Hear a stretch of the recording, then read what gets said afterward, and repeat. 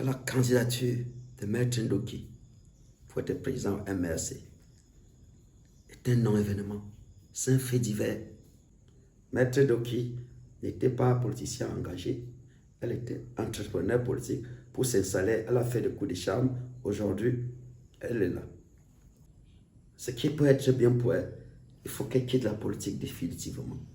Son livre qui dit, dans Huclos, les relations entre les hommes ne commencent pas par la communauté, mais le conflit.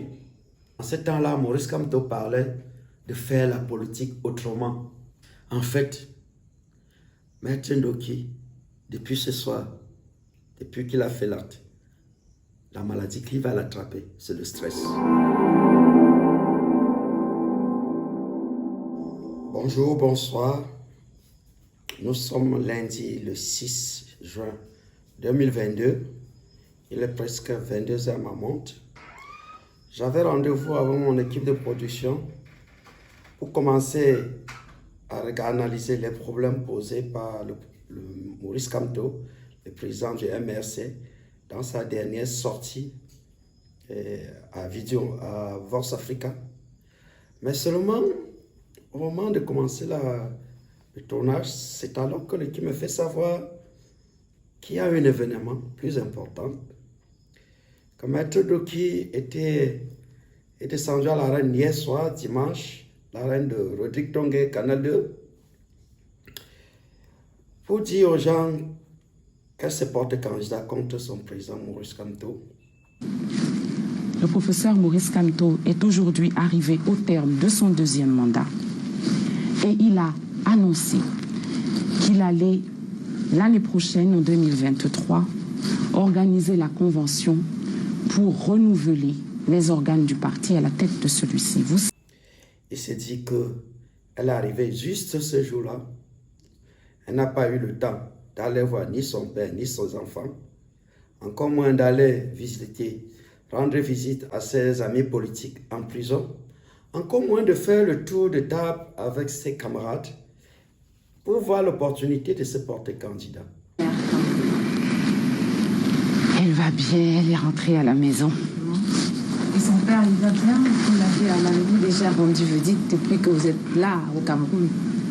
Est-ce que je lui ai déjà rendu visite? Exact. Ah, je suis désolée, je n'ai pas eu le temps. Mon avion a atterri à 5 h du matin à Douala. Après, il a fallu courir pour aller chercher le bus. Après, il a fallu me préparer pour l'émission. Mais dès que nous nous sommes vus, je fais un selfie et je vous l'envoie. Ça vous va? Sa résidence n'est pas loin de nos studios. Plus grave,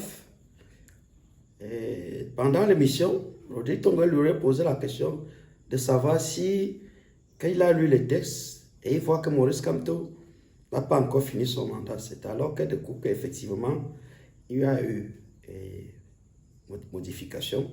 Première dorsale, parce que pendant que vous aviez cet échange, je suis allé sur le site du MRC regarder les statuts du parti.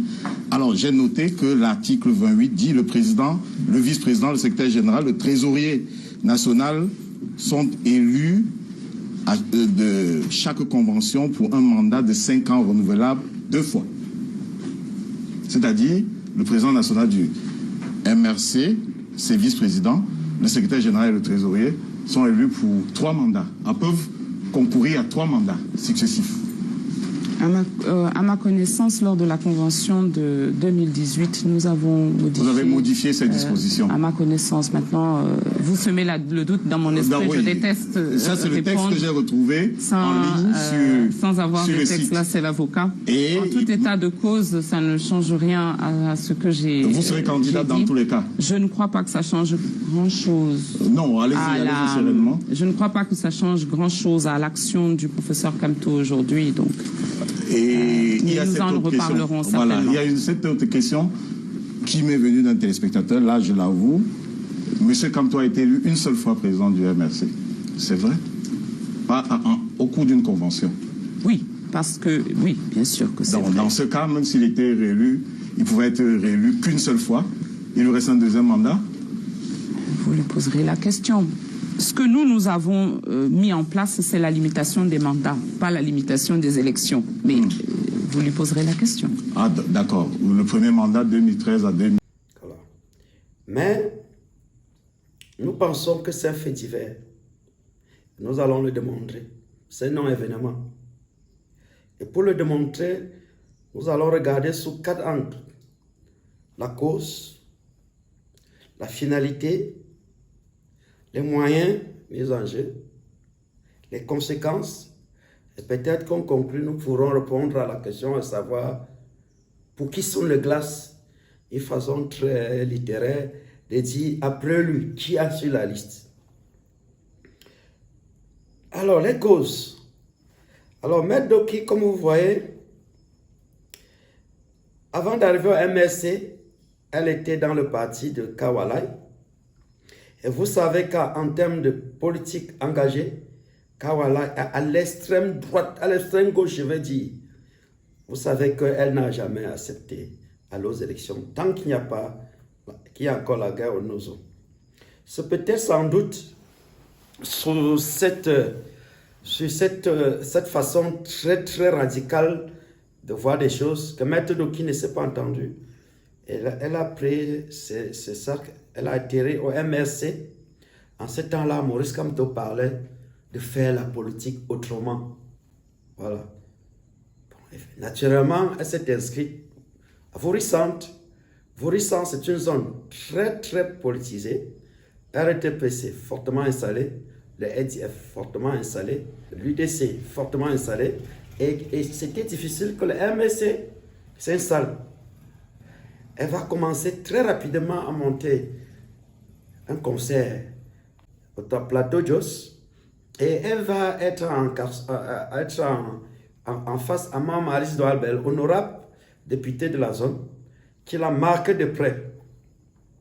Alors, pour bien s'installer, elle s'est mise à faire un peu comme le professeur Massanga Nyamdi. Et pour ceux qui veulent comprendre mieux ceci, il faut lire notre article sur le professeur, notre opinion sur l'exclusion du professeur Massanga Nyamdi, parce que nous donnons les raisons pour lesquelles il ne pouvait qu'échouer. Et si vous ne pouvez pas l'article, regardez juste le lien dans notre discussion. Donc, elle s'est mise à faire tous ces appels de balles de charme et a finalement eu le nom de la fiancée du peuple. Elle sera rejointe par Célestin Jamin, qui était presque en disgrâce au EDF. Le EDF aussi est en disgrâce. Et ils sont arrivés au MRC comme des entrepreneurs politiques. Nous expliquons un entrepreneur politique, c'est celui qui pose des actes et attend le résultat des postes. Seulement, entre-temps, Maurice Kamto aurait changé le Cameroun par la philosophie.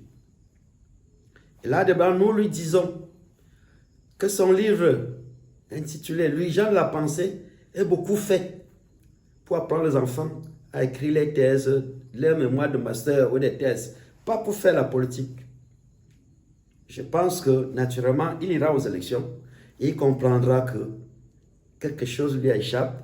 Ça dit qu'il a oublié de parler de Jean-Paul Sartre dans son livre, qui dit dans Huclos, les relations entre les hommes ne commencent pas par la communauté, mais le conflit. Donc, pour s'installer, il fallait faire le conflit. Généralement, Samson Young dit la même chose dans l'art de la guerre. Quand vous voulez faire quelque chose, stratégie, faire une entreprise, il faut apprendre à faire la guerre.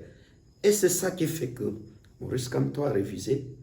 Et les circonstances lui ont permis de réviser sa façon de faire la politique. Plus tard, il va même faire une deuxième lecture du genre de la pensée. Vous comprenez pourquoi c'est le Saint-Germain et Maître Doki n'ont jamais digéré le fait qu'on n'est pas allé aux élections. Parce que eux, c'était des entrepreneurs politiques. Des entrepreneurs politiques. Et Maître Doki, très rapidement, très déçu, sera reçu par le pouvoir. J'avais dit à Maurice Kamto que, attention, à l'époque, c'est Mme Foning qui mettait le baromètre de la politique au Cameroun. Elle n'est pas là. Et c'est le ministre Atanganji qui joue le jeu. Et naturellement, il a reçu Maître Doki. Bon, nous ne doutons de rien, tout tourne autour de ça. Voilà les raisons. Donc, comme nous le disons, la problématique est simple. Deux camps. Entrepreneur politique, un politicien engagé. C'est tout. Maître Doki n'était pas politicien engagé. Elle était entrepreneur politique. Pour s'installer, elle a fait des coups de charme. Aujourd'hui, elle est là. Bon, maintenant, la finalité de l'acte. Alors, pour comprendre cette finalité de l'acte, il faut déjà savoir qu'avant cette sortie politique, Maurice Kamto venait de clôturer dans la plateforme consensuelle pour la révision constitutionnelle un document de 23 points sur lesquels il pensait en discuter. Et il y a un point très important dedans. La création du poste de vice-président. Personne à RDPC ne pouvait accepter que Maurice Kamto pouvait accepter cette position. Effectivement, très rapidement, il est descendu sur le terrain pour en débattre, pour présenter à Yaoundé. Et entre-temps, le RDPC a senti que ça n'allait pas. Et lorsqu'il est venu à Douala, on l'a bloqué. On a bloqué. Il n'a jamais pu parler. Depuis ce jour-là, on l'a escorté jusqu'à chez lui. Cette sortie médiatique, sans doute, si Maurice Kamto a commencé à parler des problématiques sur la culture avec Valérie Ndongo, sur l'enseignement, où il critique l'enseignement, après, c'était quoi? Sans doute ces points-là. Parce que ne vous en faites pas, beaucoup d'anglophones sont derrière ces postes de vice-président et beaucoup d'anglophones qui sont dans le RDPC. Vous comprenez que la finalité, c'est d'empêcher que personne ne parle de la presse, de commenter le discours de Maurice Kamto et que ça disparaisse ainsi. Les moyens mis en jeu. Les moyens mis en jeu. Ces moyens-là, on appelle ça au RDPC contrebalancer les informations. Et ça les réussit toujours. Il n'y a que le tribalisme qui les réussit plus que cette façon de contrebalancer les informations. Il s'agit que quand un fait sort dans la presse, il faut chercher un autre fait. Il faut créer une histoire dans l'histoire pour qu'on ne parle pas du fait, mais de l'autre histoire. Vous comprenez que Maître Ndoki, avocat, elle savait qu'il y avait une révision constitutionnelle et elle est venue se porter candidat en disant que non, Maurice Kamto a fini ses 2 mandats. Même les frères du RDPC, c'est à dessein que les gars du RDPC arrivent maintenant même à utiliser cet outil pour communiquer. Et ça l'a réussi toujours parce que vous allez voir, pour la révision constitutionnelle, avant la révision constitutionnelle, le président Biya a commencé à arrêter les gens, leur don, les ababa, pour dire qu'ils luttent contre la corruption, pour faire la révision constitutionnelle. Lorsqu'ils ont sorti le code électoral, le jour qu'on a amené le code électoral à l'Assemblée, c'est ce jour-là qu'on a arrêté Marafa, en ajoutant à Marafa l'enfant de son ami. Lorsqu'il y a eu mouvement au Burkina, et Claude Compaoré était en disgrâce, pour éviter le printemps arabe, on a arrêté Mendozé, père son âme, le père de Mbamba Saï, pour régler. Vous comprenez que ce dossier de Maître Ndoki, c'est même un petit, le RDPC pour aller plus loin, pour implémenter l'équilibrage commissionnel. Et vous allez même voir l'affaire de Siringo, du port. Aujourd'hui, on l'a arrêté, on n'a pas arrêté, on l'a arrêté, on n'a pas arrêté. Initialement, c'était pour empêcher qu'on ne parle pas du voyage du président de la République en Suisse. Malheureusement, Blaka a dit que bon, quand vous ne parlez pas, nous allons parler à votre place. Et ça fait un tollé. Les conséquences. Après les moyens, les conséquences. En fait, Maître Ndoki, depuis ce soir, depuis qu'il a fait l'acte, la maladie qui va l'attraper, c'est le stress. Et le stress la tue. La première personne, c'est la Période de Banga. Parce que la Période de Banga est le tout premier opposant dur, pur dur, que le RDPC avait capté. Et il a fait même beaucoup de temps au Mont Fébé, après il est allé en France, après il est revenu, entre la disgrâce, peut-être sans doute l'argent était fini, il est revenu. Peut-être on lui a plus donné l'argent, il est rentré au ADF pour être maire en Bangaha, mais tout ce qui s'est passé. Finalement, il est allé en Tol. Selon ce qu'on raconte, il ne dormait pas la nuit, sans doute chaque fois qu'il revoyait tous les péripéties de ce qu'il avait fait. Et c'est ça, et dans ces jours-là, j'ai un article philosophique que j'écris pour le gars de première. Il s'appelle Le stress, cette bête noire de la personnalité. Le deuxième, c'est Christian Penda Okoka. Il travaille à la présidence. Il va avoir un MSC. Et il y a la pression familiale, la pression. Tous ces gens-là, quand vous n'êtes pas quand tu n'es pas à la communauté Bamileke, la communauté Maurice Kamto, on fait toujours la pression sur vous.